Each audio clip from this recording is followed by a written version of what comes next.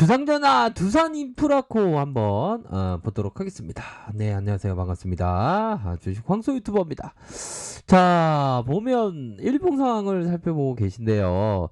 자, 주가에 있어서 두산인프라코가 2,500원까지 빠지는 기염을 토했습니다. 결국에는 자, 이런 어떤 하락세는 결국에는 주가에 있어서는 바겐세일이 됐던 면이 되겠죠. 뭐 지금이야 되게 쉽게 말씀을 드릴 수 있지만 이게 실제적으로 보면 이게 굉장히 뭐 힘들었던, 자 보십시오. 자, 갑자기 코로나가 사태가 터지면서 야 힘들어, 야 어디까지, 야 이제 반등 나올라나 했는데 반의 반토막 더 내려간다, 정말 힘들다, 너무 힘들어 하면서 야 이제는 패닉이다 할 때 이게 올라갑니다. 이게 보면 거의 뭐 두 손 두 발 다 들 때 일반 사람들이 거의 한 99의 사람들이 야 이제 두산으로 인프라코 망했네 할 때 이렇게 반등이 이렇게 나와줍니다. 기사회생함, 그런 어떤 면이 있죠. 결국에는 자, 주가에 있어서는 항상 뭐 이런 것 같아요. 보면 진짜 이런 뭐 지나니까 이런 말씀을 드릴 수 있지만 코로나가 얼마나 무서웠습니까? 솔직한 얘기로.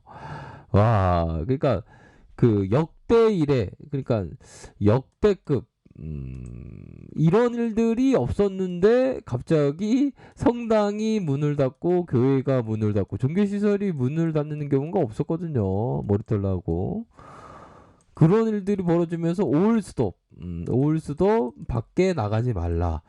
야, 이게 엄청나게 힘들었죠, 보면. 그쵸? 그런 어떤 상황에서 다시 한번 기사회생하면서, 야, 더 하락할 거야, 라고, 이런 어떤 시장의 우려감이 있었지만, 그 반대로, 급등의 모습이 나타난, 이런 어떤 모습을 보여줬습니다. 그래서, 최근의 수급을 한번 살펴보면요. 자, 외국인과 기관들이 이런 식으로 순매수세가 이어지는 그런 어떤 모습을 보여주었고요. 이렇게 해서 점차적으로 순매수세가 좀 강해지리라는 좀 기대, 뭐 그런 어떤 부분은 충분히 있습니다. 보면 보험 쪽에서도 마찬가지고요. 보면 자, 그렇게 해서 서서히 좀 좋아지는 그런 어떤 모습을 보여줄 것으로 생각을 하고요. 자, 외국인들의 지분을 살짝 살펴보면, 자, 그동안의 외국인들의 지분 별로 없었지만 서서히 늘어나면서 최고치가 4.60, 4.60까지 요렇게 지분율이 늘어난 그런 어떤 부분으로 상승세가 이어졌다. 그렇게 해서 프로그램이 이렇게 들어오면서 외국인들 팔고, 자, 외국계는 팔고, 이렇게 해서 기관들, 이렇게 순매수세가 보여준 그런 어떤 모습이 있었네요. 자, 결국에는 두산인프라코 중국 기업 진출 최초, 굴삭기가 20만 대. 야, 두산인프라코의 굴삭기가 이렇게 20만 대 가량 이렇게 생산이 됐다는 겁니다. 두산인프라코가 중국에서 진출한 해외 기업 최초로 20만 대를 돌파했다고 해요.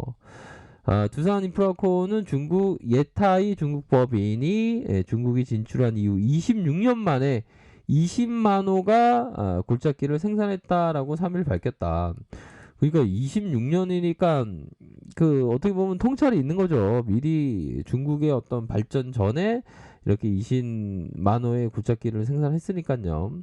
지난 1996년, 야, IMF 일어나기 전에 중국 예타이 공장을 준공한 두산인프라코는 중국 굴착기의 시장 성장에 힘입어서 2001년 누적 생산 5천만 대를 넘어섰고 이후에 발전하면서 2010년에는 연간 2만 대를 초과하기도 했다. 이렇게 늘어나서 20만 대를 돌파했다는 거 아닙니까? 그런 어떤 부분이기 때문에 자, 관계자가 얘기하는 게 26살 건장한 젊은이로 성장한 중국 법인의 20만 대 기록은 중국 굴착기 시장의 성장사와 궤를 같이 한다. 중국 시장에서 최적화된 제품과 영업 서비스를 통해서 고객의 만족도를 이렇게 다져가고 있다.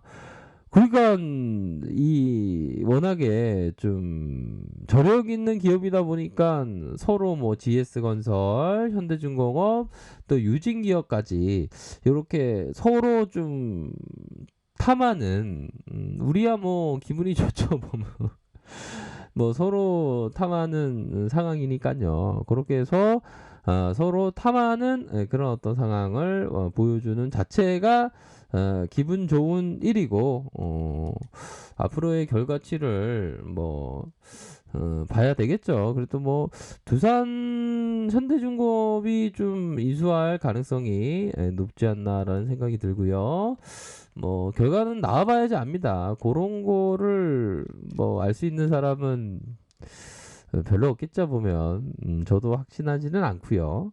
자, 20원, 20원, 20원, 30원, 20원, 20원, 10원 요렇게 해서 20원, 10원 오름 요러한 어떤 부분으로 종가 마감한 상황이 나타났고 플러스 0.11% 10원 오른 8,800원 요렇게 그래도 뭐 시간에서는 좀 올라준 그런 어떤 모습을 보여줬습니다. 그래서 두산인프로코가 뭐 실적이 잘 안 나오고 정말 어떤 시장에서 외면받아야 되는 종목이 아니죠. 실적이 6,608억 원, 8,481억, 8,404억 원. 이러니까 이렇게 실적을 잘 내니까 서로 갖고 가려고 하는 겁니다. 단기 순이익이 2,966억, 3,942억, 3,957억 가량. 자본 총계가 3조 1,732억, 3조 8,208억 원, 4조 2,676억 원. 676억 원. 이거 난 겁니다, 보면. 4조 7,110억 원 가량. 이렇게 굉장하지 않습니까? 부채가 이렇게 적고. 자, 요런 어떤 부분으로 유보율에 대한 부분, 요런 부분이 있고, 영업이익률이, 야, 그래도 10.27%네요. 마진이 좀 많이 남는데요. 그래도 8.13, 14.04, 11.59, 요렇게 해서 또 그 ROE도 나쁘지 않고요. 그렇기 때문에 굉장히 많은 기업들이 두산 인프라코에 대해서 관심을 갖고 서로 인수하려는 것이 아닌가 이런 어떤 생각이 드네요. 앞으로 지켜봐야 되겠지만 뭐 차트적으로 보면 자, 이 참 그동안에 이게 하락 트렌드가 이게 경기 민감주다 보니까 이게 저점을 잡기가 정말 뭐 쉽지만은 않습니다. 쉽지만은 않은 상황에서 자, 이런 어떤 2,500원을 찍고 2,500원을 찍고 야, 이렇게 강하게 올라와 주네요. 보면 고가권에 대한 부분이 1,550원 요런 어떤 고가권까지 슈팅이 나와주고 음봉 이후 양봉으로 다시 한번 모아주는 이런 어떤 부분으로 해서 월봉상 5월선에 이런 어떤 부분으로 주가가 움직여주고 있다.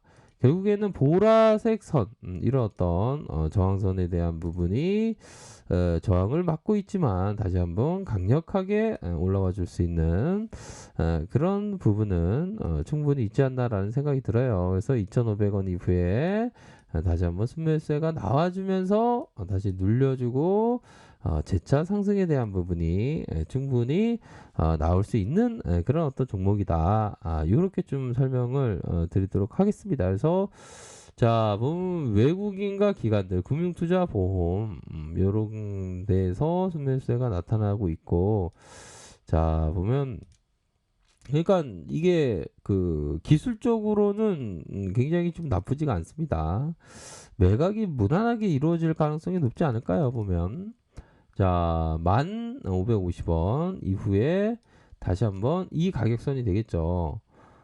결국에는 이러한 힘을 모아주는 과정, 힘을 이런 식으로 모아주는 과정 이후에 볼린저 상단선에서 운봉을 맞고 다시 눌려줬지만 재차 반등에 대한 부분, 결국에는 이런 어떤 쉬어가는 모습 이후 거래량이 좀 더 힘있게 좀 터져만 준다면 앞으로 더 치고 나갈 수 있는 여력은 충분히 있는 기업이다. 이렇게 좀 말씀드리도록 하겠습니다. 보면. 그렇게 해서 앞으로의 매각에 대한 이슈도 있고, 아무래도 좀 메이저 기업이 좀 이렇게 인수를 해주는 게 굉장히 좀 좋긴 하겠죠, 보면. 그렇기 때문에 앞으로 두산 인프라코에 대해서 계속적으로 관심 있게 지켜보도록 하겠습니다. 자, 아래 카페에서 정보를 확인하시고요. 좋아요, 구독하기, 알람 설정까지 하셨던 모든 분들 감사합니다. 사랑합니다. 축복합니다. 네, 고맙습니다.